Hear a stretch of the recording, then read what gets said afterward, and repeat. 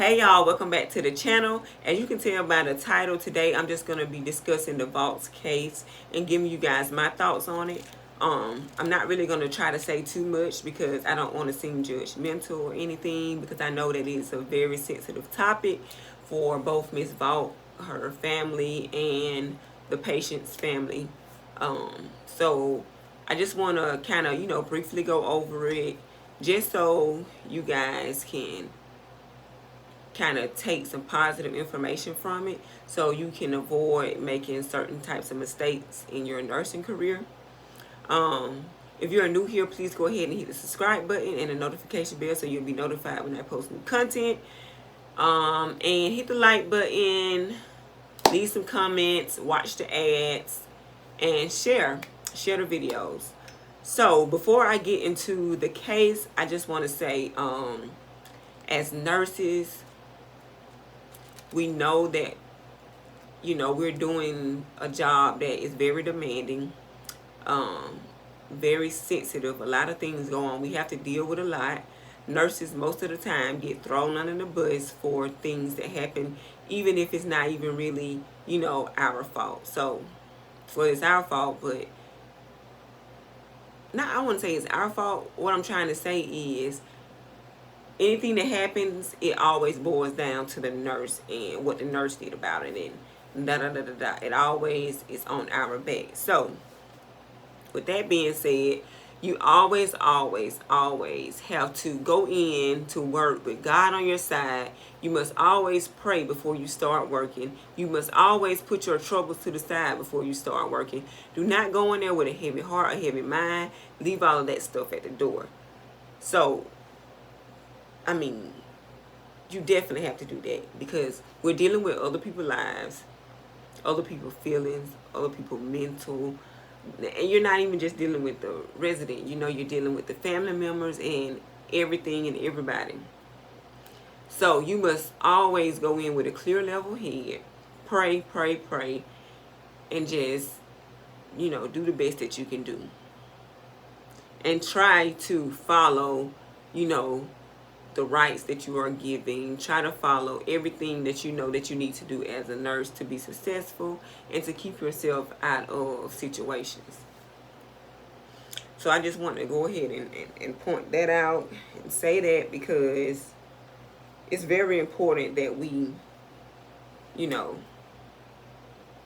be focused and concentrate when we're working, because like I said, we're dealing with other people's lives, and we just don't want to have any problems and have to be in a situation like this. So let's go ahead and talk about this case. My understanding, this happened in 2017 in the month of December. Ms. Vaught was working at the Vanderbilt University Medical Center. She had a patient that was scheduled for a procedure, and she was nervous about the procedure, so the doctor ordered Versed. Now that is the trade name, and midazolam is the generic name. So the doctor ordered that for her to kind of calm her down. So, knowing drugs, I'm just going to go ahead and point this out. Midazolam. If you look at the ending of that word, you can tell that it is an anti-anxiety agent by the LAM, L-A-M. And also if something ends in PAM, P-A-M. Example, lorazepam and alprazolam. Those two ends in PAM or either LAM, you know that it's an anti-anxiety agent. So the other drug that is in question is vecuronium. Vecuronium ends in, NIUM, which is a neuromuscular blocking agent. So you have to look at the ending of medications, and you can automatically know what they do. Now, you do learn that in school, but it's something that we don't tote around on our back a lot, but most of them are noticeable, like the LAMs and the PAMs and the LOLs and stuff like that. Versed, which is midazolam, was ordered. Ms. Vaught went to the Pixies, and I'm assuming she typed in VE for Versed instead of MID for midazolam, and she got vecuronium. That's what popped up. So with the Pixies, you're able to see what you're getting out of the Pixies. You have to do a whole verification thing. So she got vecuronium instead of Versed. I also understand that she had another nurse in there with her. So I don't know if she was being distracted or whatnot, but I would have probably got them to look over the medication with me just for verification purpose, being that it's a mild sedative or whatever the case may be, whatever the medication is, you know that it's a high risk medication. So with high risk medications, I would try to always get someone to verify it with me, just to cover myself and just to make sure that I'm doing it right, to keep me out of trouble. Now, most of us, we're seasoned, and we don't like to double check with someone else because we feel comfortable with doing it. But never ever get too comfortable ever with nursing, with nothing. Don't get too comfortable. Always double check yourself and make sure you're doing everything right. So back to the story. She had someone in there with her. She pulled the wrong medication. So now let's do a little history on the medication. Vecuronium comes in a powdered form, and it has to be reconstituted. Versed does not. It's already a liquid. All you have to do is draw it up and give it. So I also heard that Miss Vaught had also already given Versed before. So with that being said, she knows that it comes, already put together. You do not have to reconstitute it. So that's another red flag. Being that you pulled it and it was a powdered form, that should have, rung a bell and be like, hey, this don't look right. Also, being that it has to be reconstituted, you know that you have to look at the vial. So let me pull up a vial of medication. I'm gonna put it on the screen. So yeah, the vial is, it's clear. It's noticeable for you to see. It says vecuronium bromide for injection for IV use only. You can see that it is a powdered form. It says to reconstitute it with 10 milliliters. Boom. Okay. So being that you have to reconstitute it, you have to look at the vial. Now, what I was getting to is the reconstitution is on the label on the front where the name is. And then you also have to look at the back, so it'll tell you what to reconstitute it with and all that good stuff. So my point is, you have to look at the vial. You have to look at the vial anyways, whether it was the Versed or the vecuronium. You have to look at the vial to know what to do and to make sure you got the right thing. So that's just something that is also still giving me, like, I'm confused as to how it got as far as it did. That's my only thing what I'm saying. Also, the vial has a red label on it. So anything in nursing, if it has something red on it, that means, hey, red flag warning, this is important. This is something that you need to look into. So being that it had that red around the rim, another red flag. Because the midazolam does not have that. It's not in the bottle like that. It doesn't have that warning label. So another red flag. So Miss Vaught proceeds to go ahead and give the medication. And I'm just skipping through. I'm not really going detail by detail because I really, like I said, I didn't want to get too into it. I just want to point out and state the obvious. I also understand that it was not a scan thing in the, what was she, radiology? Wherever she was to get the procedure done, it was not any way for her to scan the medication.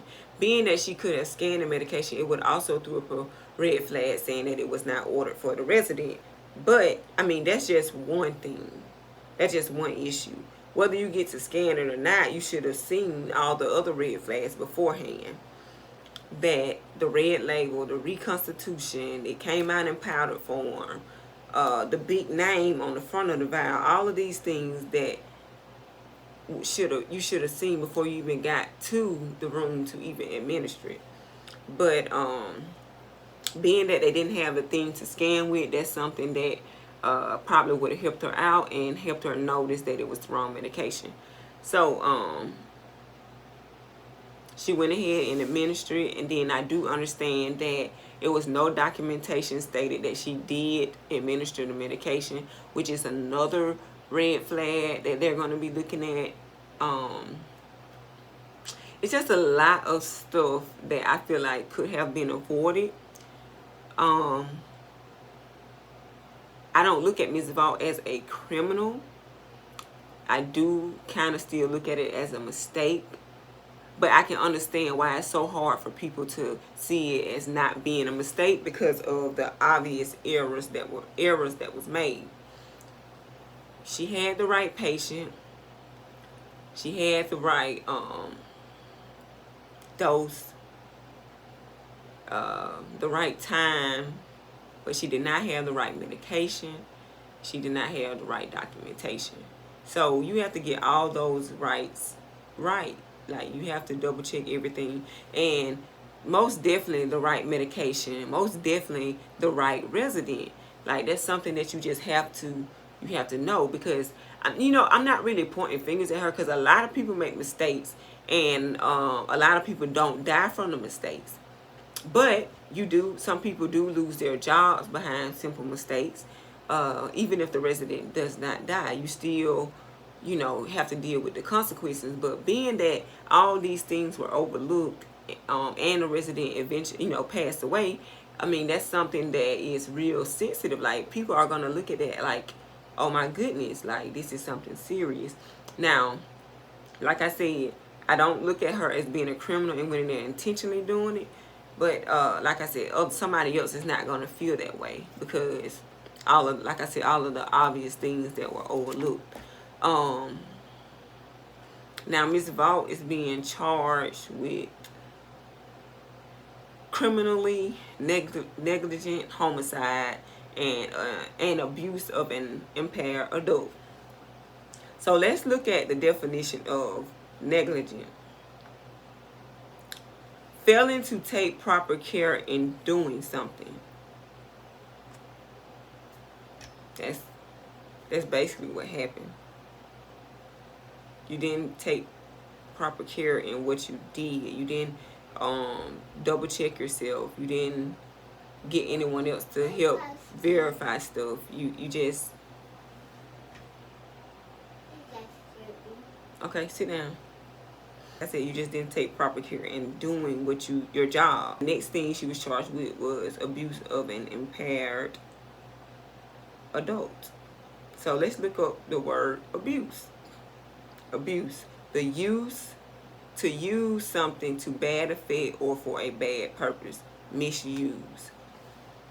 Now, it wasn't for a bad purpose, but she definitely misused that medication. So I do understand why they are charging her with what they are charging her with. It's harsh. It's a lot for us nurses to digest. But like I said, we know what we're getting ourselves into when we go to work, when we clock in. So we really have to pray and keep our eyes open, stay vigilant, and do what we have to do so we can stay out of situations like this. I am 100% for our nurses. I'm a nurse. I know how it is. I know how hectic it is. I know we are short-staffed. I know we are overworked. But if all of those things are beating on you, weighing on you, take days off. Don't go to work. Take a break. Quit. Do something before you end up in a situation like this. It's terrible for both sides, because that's why I'm not taking sides, because I know how Ms. Vaught is feeling. I know that she didn't mean it. And I know she's hurt, and she probably, because when she noticed what had happened, she was so distraught. Like, she felt so bad. But then on the other hand, for the resident, she could have just been in there for a procedure. Could have been a very healthy 75-year-old woman, and her family was expecting her to come home, and she didn't come home because of a mistake. Like, so I get it from both sides. So that's why I definitely cannot pick sides, but I can definitely say it's a lot of things in here that would have, stopped this from happening. It's a lot of things that were red flags. I mean, sorry, but that's just how I feel about it. I feel like it could very well have been avoided. I don't feel like it should have went as far as it did.